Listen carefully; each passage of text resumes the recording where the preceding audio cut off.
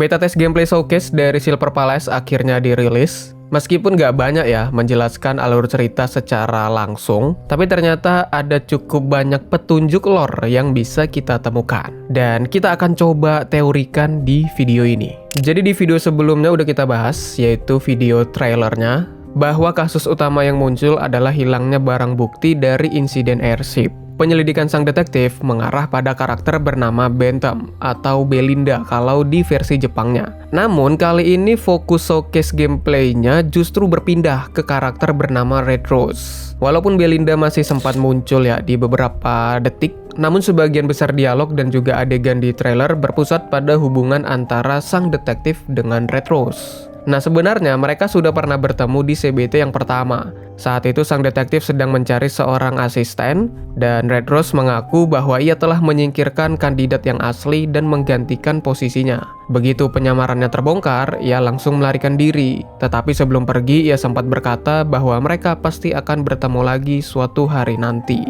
Dan benar aja di suatu waktu mereka ketemu lagi dan di sini Red Rose sepertinya sedang membantu sang detektif dari belakang. Tapi katanya sih dia melakukan itu karena kliennya ya. Dan kliennya ini kita masih belum tahu siapa. Nah, dari gameplay showcase ini, kita juga akan semakin mengenal sosok Red Rose. Ia dikatakan sebagai wanita yang banyak wajah atau banyak topeng. Hal ini sebenarnya sejalan dengan dialognya di CBT yang pertama, di mana ia mengaku memiliki banyak peran. I am plenty of things. A dancer, a Florian superstar, a purveyor of intel.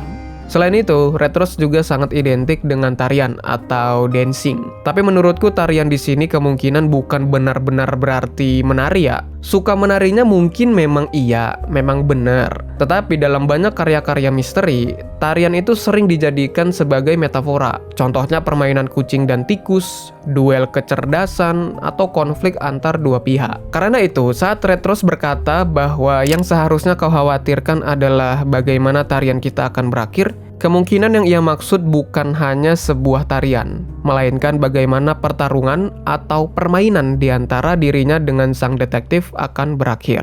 Nah kemudian di pertengahan showcase, suasananya ini tiba-tiba berubah. Awalnya kan kita diajak mengikuti sebuah investigasi. Tetapi narasinya kemudian berbicara tentang datangnya sebuah bencana. Ini memberikan kesan bahwa kasus kriminal yang sedang diselidiki hanyalah permukaan. Di baliknya ada ancaman yang jauh lebih besar yang mengancam seluruh kota. Bahkan pada salah satu adegan kita melihat sebuah airship yang tampaknya akan jatuh di tengah kota. Kalau memang itu bencana yang dimaksud, tentu akan menimbulkan korban yang sangat besar. Dan di adegan berikutnya, sang detektif juga terlihat terjatuh dan tidak sadarkan diri. Nah, showcase ini juga menyisipkan beberapa narasi yang cukup puitis ya. Salah satunya itu menggambarkan bahwa keindahan dibangun di atas tanah yang membusuk.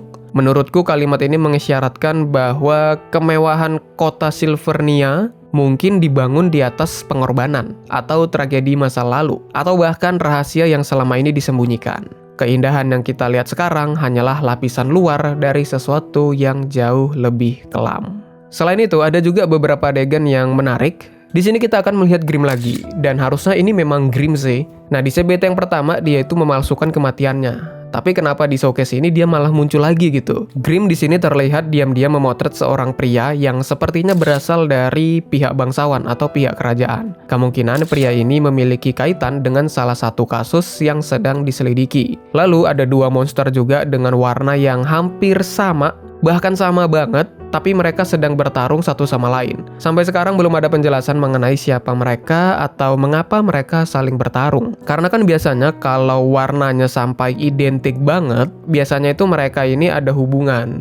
Entah memiliki asal yang sama atau gimana. Kemudian hal lain yang cukup menarik justru datang dari caption gameplay showcase-nya atau deskripsinya kalau di YouTube kita lihatnya. Jadi di situ terdapat kalimat seperti ini, yang artinya seorang penulis yang tak terlihat telah menuliskan goresan pertama takdir.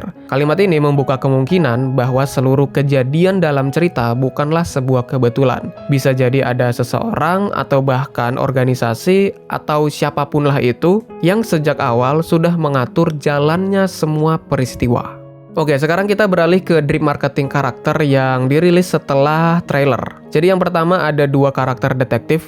Di sini kita mengetahui bahwa mereka itu merupakan kakak beradik sekaligus pasangan detektif paling terkenal di kota. Yang laki-laki itu adalah adik, sedangkan yang perempuan adalah kakaknya. Kemungkinan besar sistemnya itu akan mirip seperti Gen, yaitu karakter yang tidak kita pilih sebagai protagonis akan mengambil peran sebagai saudaranya di dalam cerita. Nah, perannya apa? Ini berkaitan sama masa lalu. Jadi 3 tahun lalu, saudara dari protagonis menghilang di dalam kecelakaan airship yang berkaitan dengan pembunuhan Ratu Auguria. Artinya insiden airship ternyata bukan sekedar kecelakaan biasa, melainkan bagian dari kasus pembunuhan sang ratu. Nah, sekarang kayaknya bakal dibuat lagi nih kecelakaan airshipnya. Apakah akan mengulang tragedi 3 tahun lalu? Ya, kita belum tahu.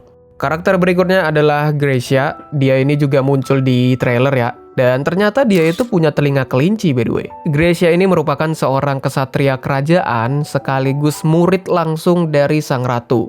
Sesuai dengan gelarnya. Dia ini dikenal sangat setia pada kerajaan. Tipikal karakter yang baik, polos, dan bodoh gitulah. Namun, ada satu kalimat yang cukup mencurigakan. Artinya, banyak rahasia gelap yang membusuk di bawah tahta. Kalimat ini mengisyaratkan bahwa kerajaan yang selama ini ia lindungi dan percayai ternyata menyimpan rahasia besar. Dan mungkin akhirnya Gracia akan mengetahui kebenaran itu. Terakhir ada Red Rose. Dari captionnya kita mengetahui bahwa dia bukan sekedar seorang dancer. Dia juga merupakan seorang hunter dan assassin. Julukannya ini mengisyaratkan bahwa Red Rose bukan hanya ikut terlibat dalam konflik, tetapi kemungkinan merupakan senjata atau alat yang digunakan untuk menggerakkan konflik itu sendiri. Kalimat yang lainnya juga cukup menarik, artinya mawar merah itu tumbuh di atas tanah yang dipenuhi darah. Menurutku ini mengisyaratkan bahwa kehidupan Red Rose itu lahir dari sebuah tragedi. Bisa jadi dulu ia merupakan korban perang, korban eksperimen, dibesarkan oleh organisasi pembunuh, atau intinya memiliki masa lalu yang sangat kelam. Sisanya ada juga beberapa karakter yang muncul tapi nggak tahu ya bakal playable atau enggak di beta test nanti. Seperti karakter ini, kayaknya dia ngambil peran spiritualis kayaknya ya. Terus ada Momi ini juga, terus ada juga cewek yang kecil kuning ini. Nggak kelihatan sih wajahnya, jadi kita nggak tahu ini karakter baru atau enggak. Terus ada juga monster ini sih, bentukan kepalanya kayak lilin ya, tapi kesannya dia ini kayak cukup brutal gitu. Dan sepertinya ya lagi-lagi berkaitan dengan api. Kayak kasus di CBT yang pertama juga berkaitan dengan api kan. Kalau kita rangkum seluruh informasi dari showcase dan karakternya, menurutku Silver Palace ini sedang membangun 3 lapisan cerita. Lapisan yang pertama adalah cerita detektif. Sang protagonis menerima sebuah kasus dan mulai mengikuti berbagai petunjuk untuk mengungkap kebenaran. Lapisan yang kedua adalah konspirasi kerajaan. Kita mengetahui bahwa ada kasus di masa lalu yang berhubungan dengan pembunuhan Ratu Auguria dan protagonis, dan juga saudaranya. Dan Gracia yang polos ini sepertinya akan mengetahui kebusukan tersembunyi di balik tahta.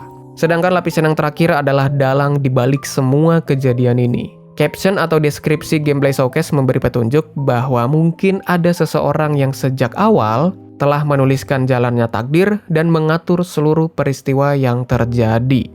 Nah, kalau kamu tertarik untuk mencoba beta testnya, pendaftarannya masih dibuka melalui link yang ada di bawah video ini. Deadline-nya 16 Juli 2026 pukul 23:59 UTC plus 8. Atau kalau kamu di WIB itu jam 11 malam.